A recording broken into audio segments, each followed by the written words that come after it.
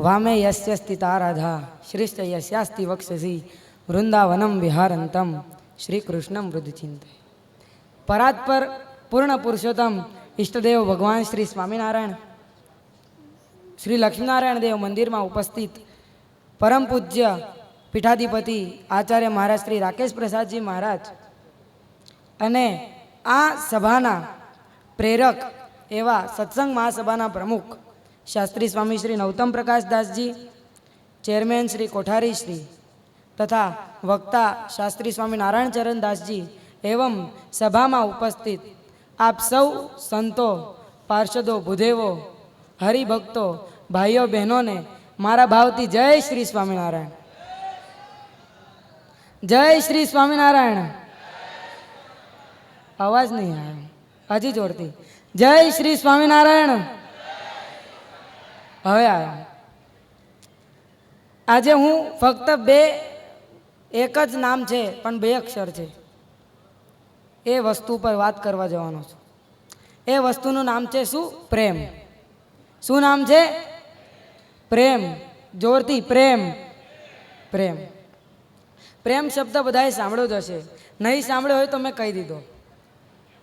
હું જે પ્રેમ ઉપર વાત કરવા જઈ રહ્યો છું તે વાસનારૂપી પ્રેમની વાત કરવા નથી જઈ રહ્યો. તે પ્રેમ છે ગુરુ શિષ્ય, પિતા દીકરી, પુત્ર અને માતાનો, ભગવાન અને ભક્તનો એવો એ પ્રેમ છે. કેટલાક કવિઓ પ્રેમની વ્યાખ્યા કરતા કહે છે કે અનિવર્ચનીયમ પ્રેમ સ્વરૂપમ મુખ સ્વાદ નાવત. અર્થાત કોઈ મૂંગો બાળક છે, તેને તમે મીઠાઈ ખવડાવી, ગુલાબ જામુન એવી બધી મીઠાઈઓ તમે ખવડાવી અને તમે એને પૂછો કે આ મીઠાઈનો સ્વાદ કેવો આવ્યો, એને તો ખબર જ છે પણ એ કહી નથી શકતો. પ્રેમમાં પણ આવું જ છે. પ્રેમીને ખબર જ છે કેટલો પ્રેમ કરે છે પણ તે કહી નથી શકતો. આ દુનિયામાં પ્રેમનું સૌથી મોટું કોઈ પાત્ર હોય તો તે છે રાધા કૃષ્ણ. શું? રાધા કૃષ્ણ. કેમ કે કોઈ એક કવિ કહે છે કે राधा कृष्ण का मिलन बस एक बहाना था. राधा कृष्ण का मिलन बस एक बहाना था. दुनिया को प्रेम का सही मतलब जो समझाना था. वाला भक्तो, આપણે પ્રેમ ઉપર તો સાંભળ્યું પણ હવે એક દ્રષ્ટાંત દ્વારા સાચો પ્રેમી કોને કહેવાય એ સાંભળીએ. 3 મિત્રો હતા. કેટલા મિત્રો હતા? 3. એક વખત તેઓ જંગલમાં ગયા. જંગલમાં જતા જતા સામે એક વાઘ આવ્યો. કોણ આવ્યો? વાઘ. હવે આ વાઘ આપણી સામે આવે તો આપણે એવું વિચારીએ ત્યાંથી ભાગી જઈએ કાં તો ઝાડની પાછળ સંતાઈ જઈએ, એવું વિચારીએ. એ તમારા પર છે. પણ આમાંથી જે પહેલો મિત્ર હતો એણે એવું વિચાર્યું કે આ વાઘ આવ્યો છે, આજે આપણને મારીને ખાઈ જશે, એટલે આજે આપણું મૃત્યુ નિશ્ચિત છે. બીજો મિત્ર હતો. એ કે આપણે ભગવાનને યાદ કરીએ, ભગવાન આપણી રક્ષા કરવા આવશે.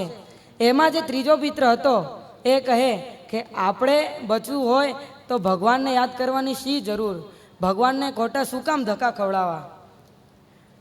આને કહેવાય સાચો પ્રેમી. ખબર પડી ગઈ? નહીં, હું તમને કહું. વાલા ભક્તો, પહેલો મિત્ર છે તે તો ભગવાનને જાણતો જ નથી, બીજો છે તે જ્ઞાની છે અને ત્રીજો છે તે પ્રેમી છે. સાચો પ્રેમી પ્રભુ પાસે કોઈ કામ કરાવતો નથી. રાધાજી કૃષ્ણથી દૂર હતા. રાધાજી કૃષ્ણથી દૂર હતા છતાં પણ તેમને એવું લાગતું કે કૃષ્ણ મારી નજીક જ છે. કેમ કે ચાણક્યજીએ લખેલું છે કે દૂરસ્થોપી ન દૂરસ્થો યો યસ્ય મનસી સ્થિત યો યસ્ય હૃદયે નાસ્તિ સમીપસ્થોપી દૂરથ. અર્થાત જે કોઈના હૃદયમાં વસેલી વ્યક્તિ 1000 કિલોમીટર દૂર હોવા છતાં પણ તે દૂર નથી હોતી, અને કોઈ હૃદયમાં વસેલું નથી એ બાજુમાં બેઠેલો હોય ને છતાં પણ એવું લાગે કે એ ઘણી દૂર છે. કોઈ ઇંગ્લિશ કવિએ લખેલું છે કે love is like the wind, you can't C it but you can feel it. અર્થાત પ્રેમ એ પવન સમાન છે. તમે તેને જોઈ શકો છો પણ તમે તેને અનુભવી શકો છો પણ તમે તેને જોઈ શકતા નથી. પ્રેમના ઘણા બધા ઉદાહરણ છે. માતા પુત્ર વચ્ચેનો પ્રેમ, ભાઈ ભાઈ વચ્ચેનો પ્રેમ, ભાઈ બહેન વચ્ચેનો પ્રેમ, પિતા પુત્રી વચ્ચેનો પ્રેમ, ગુરુ શિષ્ય વચ્ચેનો પ્રેમ, પતિ પત્ની વચ્ચેનો પ્રેમ, માનવતા વચ્ચેનો પ્રેમ, દેશ વચ્ચેનો પ્રેમ. પણ ઘણા બધા પ્રકારો છે, પણ દુનિયામાં ભગવાન અને ભક્તનો જે પ્રેમ છે તે સર્વશ્રેષ્ઠ પ્રેમ માનવામાં આવે છે. બાળકનો જ્યારે જન્મ થાય છે ત્યારથી જ તેનામાં એક એક ગુણ ઉકસાય છે, અને એમાં સૌથી પહેલાં જો કોઈ હોય તો એ પ્રેમ છે. પ્રેમમાં પડીને વ્યક્તિ ઘણું બધું કરી શકે છે. માટે જ તો મુક્તાનંદ સ્વામીએ લખ્યું છે કે પ્રેમ ન નીપજે દેશ વિદેશે, પ્રેમ ન હાટે વેચાય રે, પ્રેમ ન નીપજે દેશ વિદેશે, પ્રેમ ન હાટે વેચાય રે, પ્રેમના પ્રસંગમાં જે શિર સોપે, પ્રેમના પ્રસંગમાં જે શિર સોપે, તે જન પ્રેમી થાય રે, પ્રેમી જનને વશ પાતળિયો, શ્યામ સુંદર સુખકારી રે, પ્રેમી જનને વશ પાતળિયો. વાલા ભક્તો, ભક્તિ 9 પ્રકારની છે. કેટલા પ્રકારની? 9 ભક્તિ.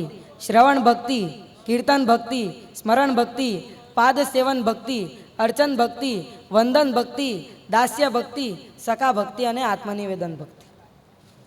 આ બધી ભક્તિઓમાં કોઈ પણ જગ્યાએ પ્રેમ લક્ષણા ભક્તિ નથી. એ કેમ નથી?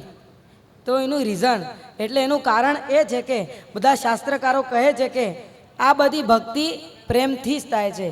આ ના ક્રોધથી, ના મોહથી, ના માનથી, ના મત્સરથી થાય છે. આ બધી ભક્તિ આનાથી ના થઈ શકે. એટલા માટે જ તો સત્પુરુષો કહે છે કે ભગવાનને પ્રેમથી જ ભજવા. છેલ્લે હું એક શાયરી બોલીને મારી વાણીને વિરામ આપું તો, લગા શકો તો બાગ લગાના, આગ લગાના મત સીખો, जला सको तो दीप जलाना, दिल जलाना मत सीखो, बिछा सको तो भूल बिजाना, कांटे बिछाना मत सीखो, और पिला सको तो प्यार पिलाना, जहर पिलाना मत सीखो. अस्तु, धन्यवाद. जय श्री स्वामी.